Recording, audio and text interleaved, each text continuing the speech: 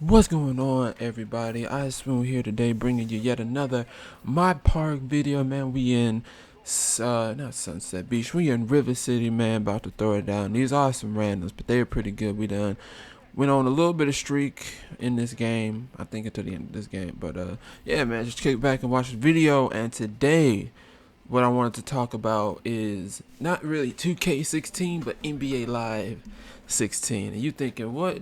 16? NBA Live? Well, not the NBA Live 16. NBA Live in general, man. Y'all probably gonna think that trash is the most irrelevant game ever, right? And I'm gonna sit here, I've been thinking about this for quite some time, man. And, I've been thinking that I really feel like, for both the sake of NBA Live and NBA 2K, we need Live back, whether you're a Live fan or a 2K fan, right? For the Live fan, it's self-explanatory, right? In all honesty, NBA Live was the first basketball game I played. NBA Live 2003 on PS2. Still today, one of my favorite NBA Lives, man. Still one of my favorite. I love that game to death. And my favorite all-time NBA Live is NBA Live 2005. Man, that game, I done put hours and hours and hours into that game, man. I love that game. I love '03. Pretty much the early 2000s, I think up until you can cut it off until 2006. NBA Live was a solid game on, PS2, Xbox, and GameCube, right? And so was NBA 2K.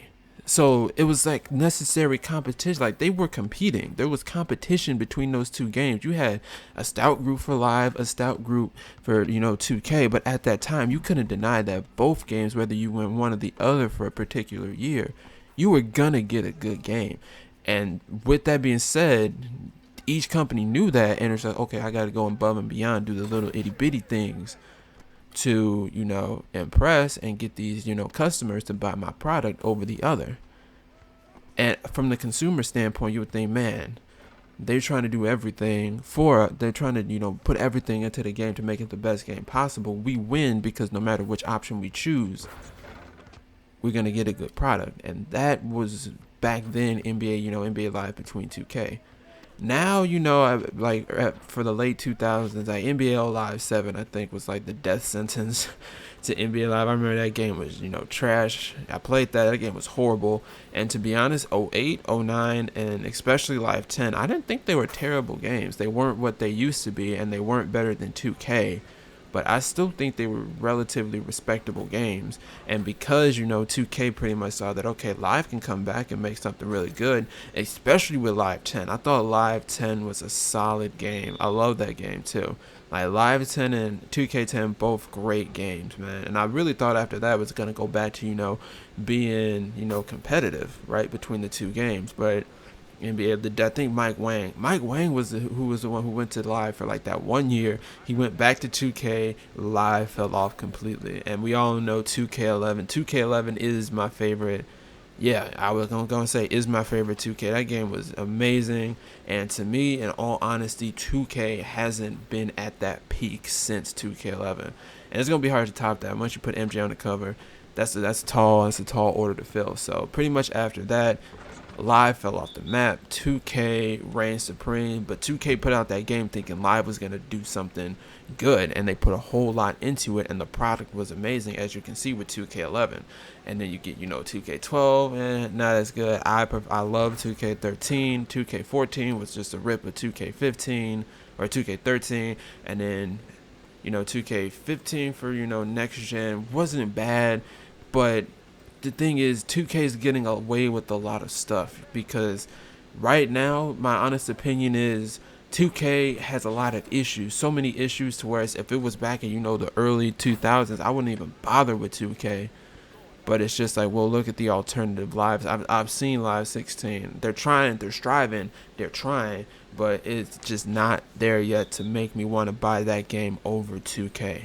This is why we need Live back.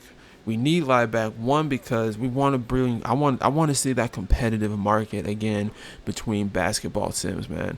That was a beautiful time in gaming, right?